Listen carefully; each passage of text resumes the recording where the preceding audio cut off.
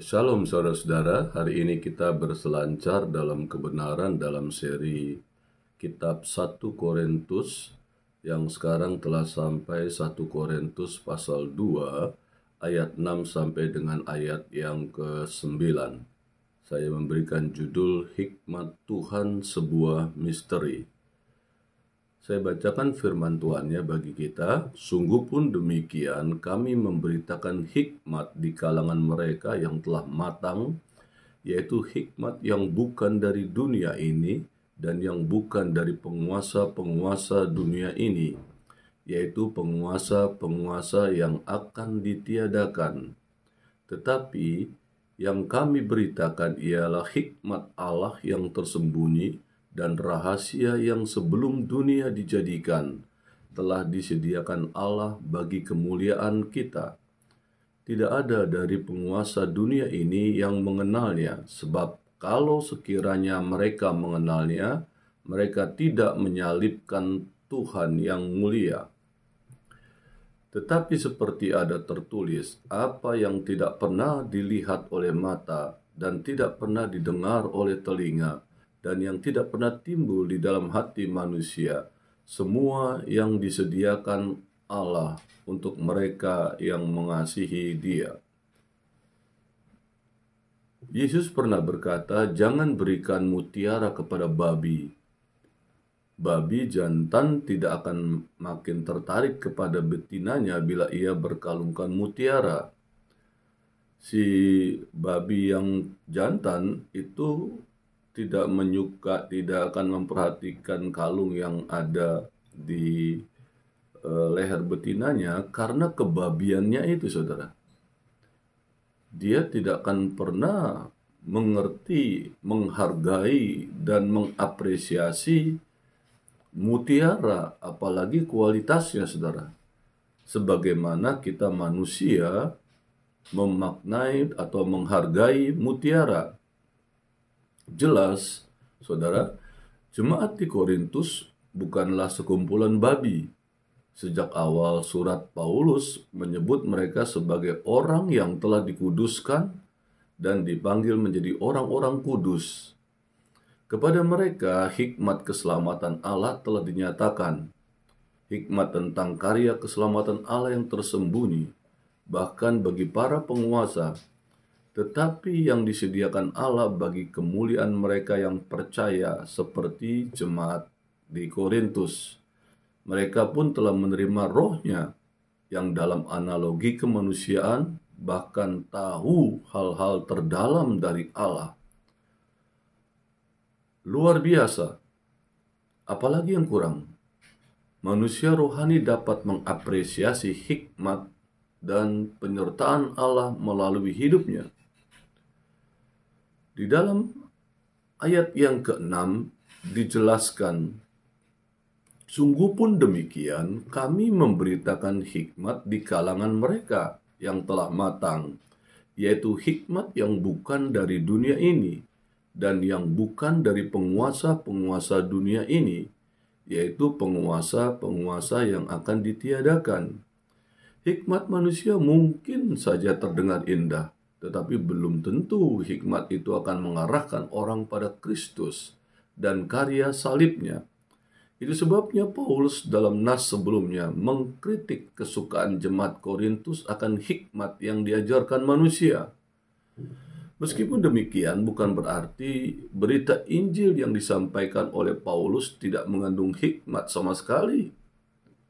Namun hikmat itu tersembunyi dan bersifat rahasia, tetapi terbuka bagi mereka yang sudah matang, orang yang sudah dewasa, sudah cukup mengerti tentang Kristus, dan terus penuh dengan kerinduan intim dengan Kristus. Jadi matang di sini bermakna sama dengan dewasa. Orang yang dewasa adalah orang yang tahu membedakan mana yang baik dan mana yang tidak baik. Kita tahu bahwa anak kecil akan memasukkan apa saja ke dalam mulutnya tanpa mau tahu atau tanpa mengerti bahwa itu berbahaya atau tidak.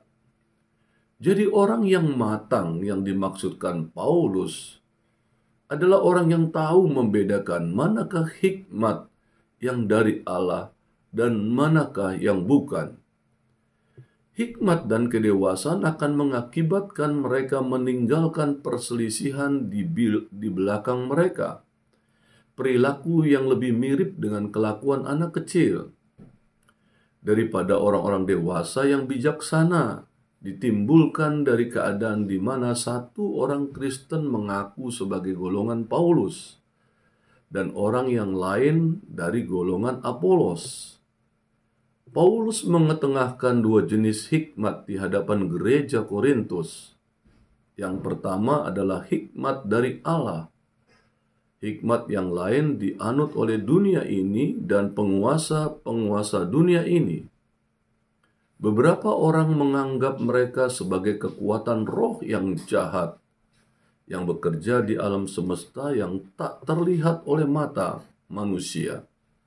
Di dalam Kolose pasal 1 ayat 16, Rasul Paulus menyatakan bahwa hal-hal yang kelihatan dan yang tidak kelihatan diciptakan oleh Allah, termasuk singgasana, kerajaan, pemerintah, dan penguasa. Kepada umat Kristen Korintus, Paulus mungkin mengatakan bahwa hikmat yang mengakibatkan perpecahan di Korintus itu terpikirkan atau terinspirasi oleh ilah zaman ini. Ya saudara, di dalam 2 Korintus 4 ayat 4 menjelaskan itu. Seperti di dalam semua suratnya, Paulus meniupkan udara harapan bahwa kiamat akan datang. Tuhan akan datang kembali. Nah, penguasa-penguasa dunia ini untuk saat ini memang mereka yang memegang kekuasaan, tapi mereka akan ditiadakan. Prosesnya sudah dimulai di zaman Paulus. Saudara, memang kiamat belum tiba, tapi secara sepintas kekalahan para penguasa jelas terlihat bagi mereka yang memiliki mata untuk melihatnya. Lihatlah di sekitar Anda. Orang yang bijaksana akan melihat bahwa dunia ini sudah akan segera berakhir. Di dalam ayat 7, tetapi yang kami beritakan ialah hikmat Allah yang tersembunyi dan rahasia yang sebelum dunia dijadikan telah disediakan Allah bagi kemuliaan kita. Hikmat yang Paulus beritakan bukan rahasia tertentu yang ia sudah temukan. Sebaliknya, Allah telah menyatakan kepadanya rahasia yang sebelumnya telah tersembunyi. Melalui salib, keadaan yang membingungkan sudah menjadi jelas. Rahasia itu adalah bahwa Allah Esa yang universal membuka pintu kehidupan melalui Yesus untuk semua orang. Dengan pemberitaan Injil, rahasia itu telah menjadi terbuka bagi dunia. Nah saudara, di dalam Roma 16 ayat 25 dijelaskan rahasia yang didiamkan berabad-abad lamanya. Paulus kembali kepada konsep rahasia di tempat lain. Wahyu Allah melalui Kristus adalah Mesias, bukan penebus bagi orang Yahudi saja. Orang-orang bukan Yahudi adalah sesama ahli waris di dalam kerajaan Allah. Ayatnya ada di Efesus 3 ayat 4-6. Rasul Paulus membuat pilihan yang sadar ketika ia memilih kata rahasia misteri, atau dalam bahasa Yunaninya mysterion, sebuah istilah yang mengandung makna khusus dalam dunia berbahasa Yunani itu. Orang-orang Yunani menyebut ritual inisiasi itu misteri. Penyembahan Demeter, yaitu Dewi Gandum, terkenal karena berbagai misteri yang terkait dengannya. Begitu juga halnya dengan Dionysius. Dionysius ini adalah dewa anggur. Dari timur, misteri-misteri lainnya telah menemukan jalan mereka ke dalam dunia berbahasa Yunani. Misalnya mereka menghadiri Cybele dari Asia Kecil dan Iris dari Mesir. Paulus mendefinisikan kembali dari misteri itu. Rancangan Allah untuk menyelamatkan orang bukan Yahudi dan orang bukan Yahudi melalui penderitaan Kristus membentang kembali, saudara. bahwa Mesias harus menderita bukanlah pemikiran yang Allah pikirkan tiba-tiba. Semua sudah ada dalam rancangan Allah. Ya, di dalam Lukas pasal 24 ayat 26 dan di dalam Kisah Rasul pasal 17 ayat 3 saudara bisa dapat pengertian ini. Ia telah bicara tentang pekerjaan Yesus dalam hukum Taurat dan kitab para nabi, saudara. Dalam hal ini rencananya telah disediakan. Jadi keselamatan setiap orang itu perlu mendengar Injil. Setelah itu mereka yang telah mendengar diminta untuk membuat keputusan. Ya, di dalam Roma dijelaskan Roma pasal 10 tentang pentingnya memberitakan Injil yang membawa damai sejahtera bagi semua orang yang mendengarnya. Penguasa dunia gagal mengenali hikmat mulia itu karena hikmat itu datang secara tersembunyi, tetapi dinyatakan melalui Injil Kristus sebagaimana yang diberitakan Paulus. Hikmat itu adalah sebuah rahasia yang tidak dapat diketahui hanya dengan hikmat manusia, melainkan hanya melalui penyataan Allah. Itu sebabnya hanya Roh Kudus yang dapat menyampaikan hal ini kepada manusia. Oleh karena itu, saudara dan saya perlu dipenuhi oleh Roh Kudus, dan oleh Roh Kudus itulah yang akan membimbing saudara dan saya pada waktu kita membaca merenungkan firman Allah pada pengertian hikmat Allah atas firman yang kita baca itu, sehingga kita dapat mengerti maksud-maksud dari firman Allah itu, karena Roh Kudus yang ada di dalam diri kita lah yang memberikan pengertian itu, sehingga pengertian itu yang disebut jadi hikmat, dan itu yang tidak dapat dimengerti oleh manusia dengan pemikiran manusia, karena waktu Allah Roh Kudus memberikan hikmat pengertian kepada kita tentang firman-Nya itu, saudara, tidak setara dengan hikmat dunia. Oleh karena manusia duniawi tidak menginginkan segala sesuatu yang berasal dari Allah, karena dianggap sebagai suatu kebodohan, maka manusia tidak dapat memahami segala sesuatu yang dari Allah. Percuma saja mengharapkan manusia duniawi dapat memahami dan menghargai hal-hal yang bersifat rohani. Karena memang firman mengajarkan juga demikian, tetapi Tuhan tetap mengajarkan bahwa kita harus memberitakan namanya yang ajaib, namanya yang berkuasa. Kita harus memberitakan Yesus yang hadir di dalam dunia ini untuk menyelamatkan manusia dan segala karyanya yang ada di dunia ini, supaya manusia percaya kembali kepada Kristus Yesus untuk diselamatkan. Namun sayangnya masih ada orang-orang Kristen yang berpikir seperti manusia duniawi. Ternyata ada orang-orang yang sudah katanya mengaku percaya Yesus sebagai Tuhan dan Juru Selamat, tapi pola hidupnya membuktikan bahwa pemikiran-pemikirannya itu seperti manusia duniawi. Orang-orang semacam ini menolak hal-hal yang bersifat rohani dan hidup hanya dalam perspektif kekinian. Mereka tidak mau direpotkan dengan memandang hidup dari perspektif hikmat Allah. Di dalam ayat 8, tidak ada dari penguasa dunia ini yang mengenalnya. Sebab kalau sekiranya mereka mengenalnya, mereka tidak menyalibkan Tuhan yang mulia.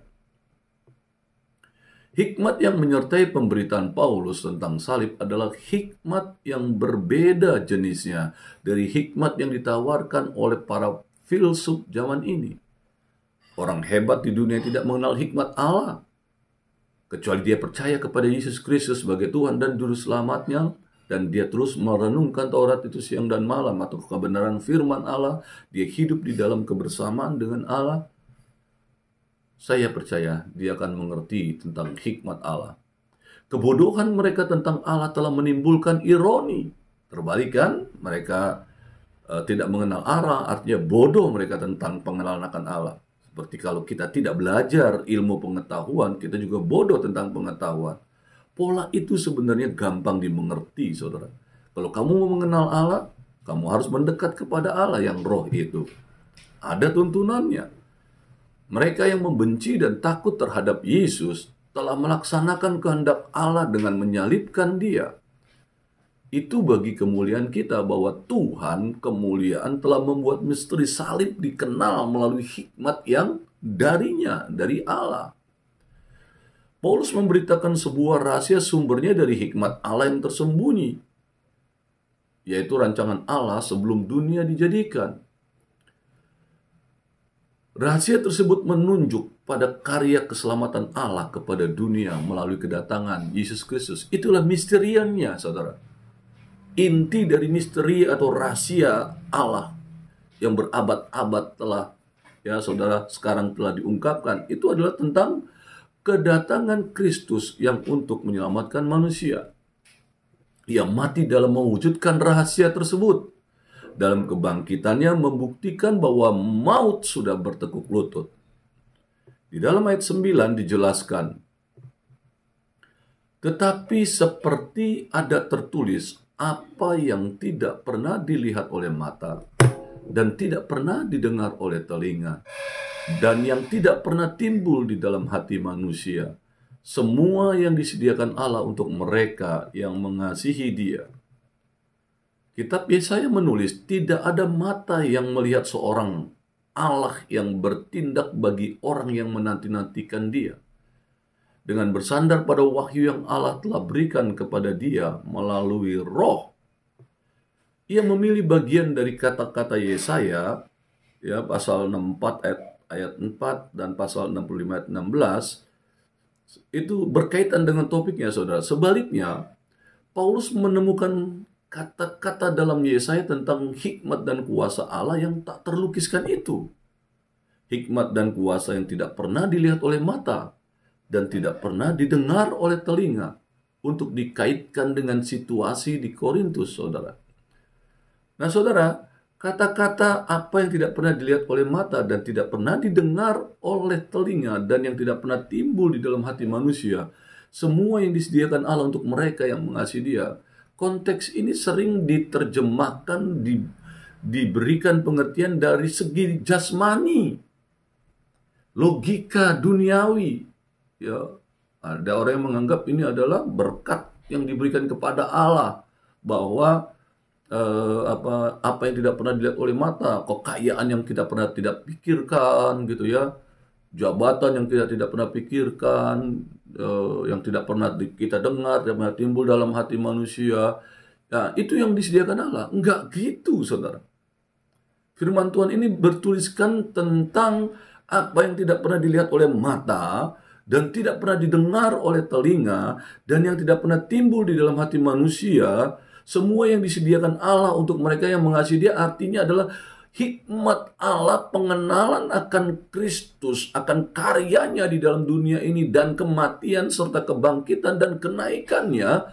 Itulah yang disebut misterion atau misteri yang Allah berikan kepada manusia yang percaya kepadanya, saudara dan saya. Dan dunia tidak mengenal itu, tidak mengerti itu. Dan itu yang diberikan kepada saudara dan saya yang percaya kepada Kristus. Jadi, saudara, tidak boleh disamakan kebenaran firman ini dengan logika dunia. Perkataan firman yang begitu indah ini disamakan dengan Allah memberkati manusia dengan jasmani, dengan kekayaan, dengan jabatan, dengan uang, dan sebagainya. Bukan seperti itu. Kalau saudara sendiri mengimani kata-kata itu menjadi motivasi untuk saudara percaya bahwa saudara diberkati, silakan. Tetapi prinsip pengajarannya tidak seperti itu. Firman Tuhan ini dituliskan untuk kita yang dunia tidak mengerti tentang hikmat Allah itu. Saudara dan saya mengerti. Kita mengimani semua tentang karya Kristus sampai Dia naik ke surga. Begitu kita percaya Dia sebagai Tuhan dan Juru Selamat, kita percaya. Tapi untuk orang dunia nanti dulu. Mereka berpikir dengan logika itu. Nah, itu yang disebut misteri atau kekayaan yang Allah berikan, saudara. Ya, semua disediakan Allah untuk mereka yang mengasihi Dia. Kalau tidak mengasihi Dia, saudara-saudara juga tidak akan pernah mengerti tentang firman Allah. Itu sebabnya saudara menganggap untuk saudara tidak mau mengasihi Dia dengan sungguh-sungguh, saudara hanya berkarya kepada Tuhan atau mendekat kepada Tuhan dengan logika dunia atau kehendak-kehendak dunia, maka saudara tidak ngerti. Jadi saudara anggap firman Tuhan ini untuk berkat jasmani. Bukan begitu, saudara. Karena kalau kita baca dari perikop awalnya, Allah tidak berbicara tentang keuangan, tentang kekayaan, tetapi tentang hikmat Allah. Tentang apa? Tentang Kristus Yesus. Yesaya menulis tidak ada mata yang melihat. Itu yang harus dimengerti, saudara. Jadi kata-kata dari Yesaya di dalam pasal 64 dan pasal 65 itu membantu Paulus dalam menyampaikan dua kebenaran, saudara. Pertama, ia menegaskan bahwa hikmat Allah yang ditampilkan dalam pesan Kristus dan Dia yang disalibkan sudah menghasilkan berkat-berkat untuk umat Allah yang di luar imajinasi manusia. Jadi, kalau saudara kenal Allah, saudara mencintai Dia, hikmat Allah penuh dalam pengenalanmu akan Kristus yang sesungguhnya, tentang karya Allah, kedatangan Tuhan sampai Dia naik ke surga, kekayaan jasmani terlalu sederhana, saudara. Apakah tidak mungkin saudara yang ada di dunia ini juga menikmati karya itu ketika engkau mengasihi Tuhan? Pasti. Jadi saudara tidak perlu mensikapi ayat ini dengan logika jasmani. Dan tidak harus, karena memang demikian ayatnya menjelaskan. Ya saudara, soal berkat, saudara pasti diberkati Tuhan. Jadi jangan setiap firman Allah digadang-gadang atau dimengerti melalui pikiran duniawi, pikiran jasmani. Ya saudara, yang saya yakin setiap firman yang rohani itu pun membawa efek dampak kepada tubuh dan jiwa kita, saudara. Kedua, masih banyak lagi berkat, saudara. Semua yang disediakan Allah. Berkat-berkat yang lain juga pasti mengikuti kita. Kan kita mendekat kepada si empunya pencipta dunia ini, saudara. Dikatakan Dia akan menyediakan untuk mereka yang mengasihi Dia. Yang itu pasti akan mengikuti, saudara. Jadi jangan mengikuti Allah dengan logika dunia. Nanti saudara akan kebingungan. Dan akibatnya, saudara yang tidak ingin mengenal Kristus dengan kasih, saudara hanya melakukan, membaca firman Tuhan terus dengan logika dunia. Berteologi terus dengan teologi dunia yang menyenangkan pikiran kita dan menyenangkan tubuh ini. Padahal bukan seperti itu, ya saudara. Allah telah bertindak dengan cara yang tidak pernah bisa dibayangkan oleh manusia. Yesaya 55 ayat 8 sampai 9. Tetapi saudara, sekarang melalui Injil dan Roh, Dia bisa, ya, yaitu kita mengerti Injil dan Roh itu dengan iman. Betapa sesuatu janji yang indah.